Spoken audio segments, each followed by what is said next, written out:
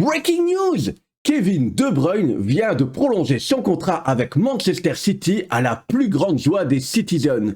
Vous vous doutez bien que si on en parle sur la chaîne, c'est que les mathématiques ont joué un grand rôle dans cette affaire que l'on analyse après le générique.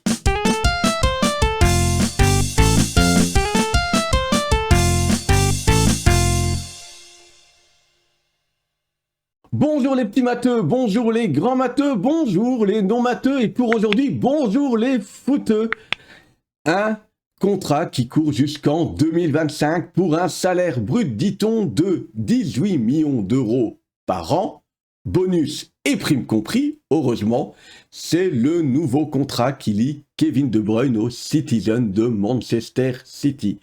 Ça fait de Kevin De Bruyne le plus gros contrat de l'histoire des Citizens et par la même occasion, Kevin devient le joueur le mieux payé de l'histoire des Diables Rouges, tout simplement. Au moment où je tourne cette vidéo, nous sommes le matin du match de retour de Champions League contre le Paris Saint-Germain.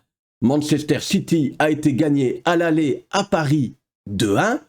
Il ne manque plus à City que 3 points pour être champion d'Angleterre et en plus ils ont déjà gagné la Coupe de la Ligue de leur pays. On se dit alors que le renouvellement de contrat de Kevin De Bruyne ne va être qu'une formalité et que ça va aller très très vite.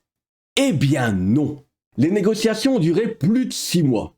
Mais pourquoi allez-vous me dire ? Eh bien, il y a 2 raisons à ça. La première est assez simple à comprendre. C'est qu'entre les matchs de championnat, de Champions League ou encore avec les Diables Rouges, c'est que Kevin était overbooké et n'avait pas de temps pour se poser correctement sur ce renouvellement de contrat. La deuxième raison est un peu plus obscure.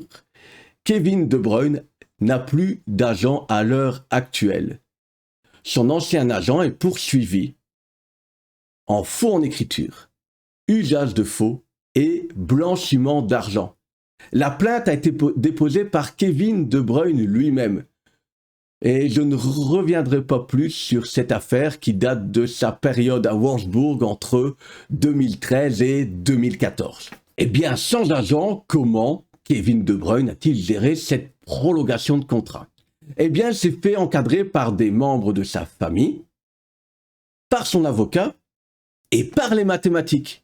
Oui, vous avez bien entendu, par les mathématiques et par les statistiques plus précisément. Vous savez, cette branche des mathématiques qui consiste à analyser des données complexes et autres nombres afin d'émettre des prévisions. Population, fréquence, moyenne, écart type, tout ça. Bref, notre Kevin national a mandaté une équipe d'analystes de données pour évaluer son influence sur le jeu de Manchester City. Et il a même été plus loin, il a demandé de faire des prévisions sur les futurs titres que Manchester City pourrait gagner en fonction de l'âge et du potentiel de l'équipe de City actuellement. D'après la presse belge, le joueur a utilisé un outil qui s'appelle Transfer Labs et qui fait partie d'une plateforme plus large que l'on retrouve sur Internet et qui s'appelle Analytics FC. Eh bien, vous me connaissez, par curiosité, j'ai été faire un tour sur Analytics FC et sur Transfer Labs pour voir de quoi il était question. Et franchement, c'est assez dingue. On se croirait dans un jeu vidéo. Ça analyse tous vos derniers matchs.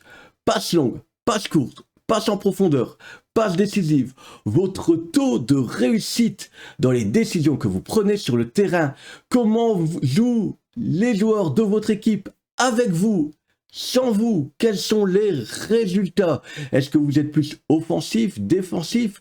Ça permet même de comparer les joueurs et les performances des joueurs entre eux pour vous trouver votre perle rare. Truc encore plus dingue, en fonction des performances précédentes de vos joueurs, de l'âge actuel de vos joueurs, ça se permet même de faire des prévisions sur de futurs titres ou de futurs résultats.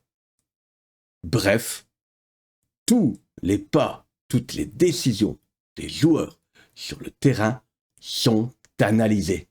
Si ça vous intéresse, ben je laisse les liens vers Analytics FC et Transfer Labs dans la description. N'hésitez pas à y faire un tour si, comme moi, vous êtes curieux de tout ça.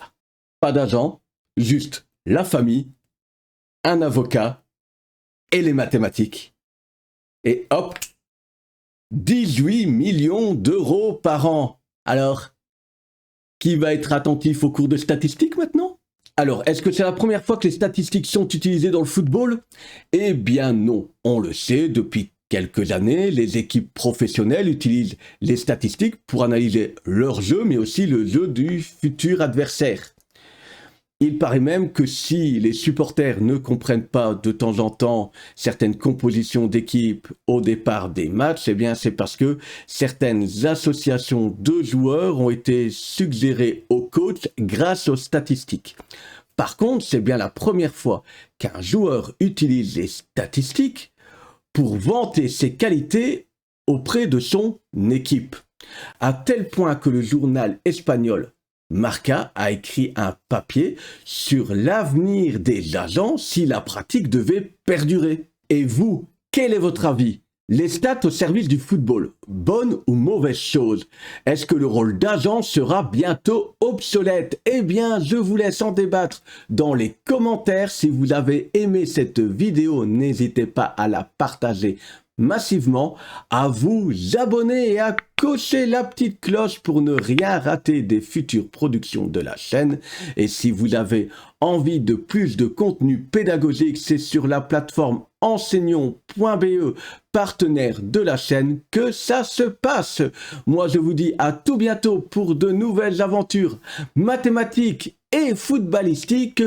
Ciao, ciao!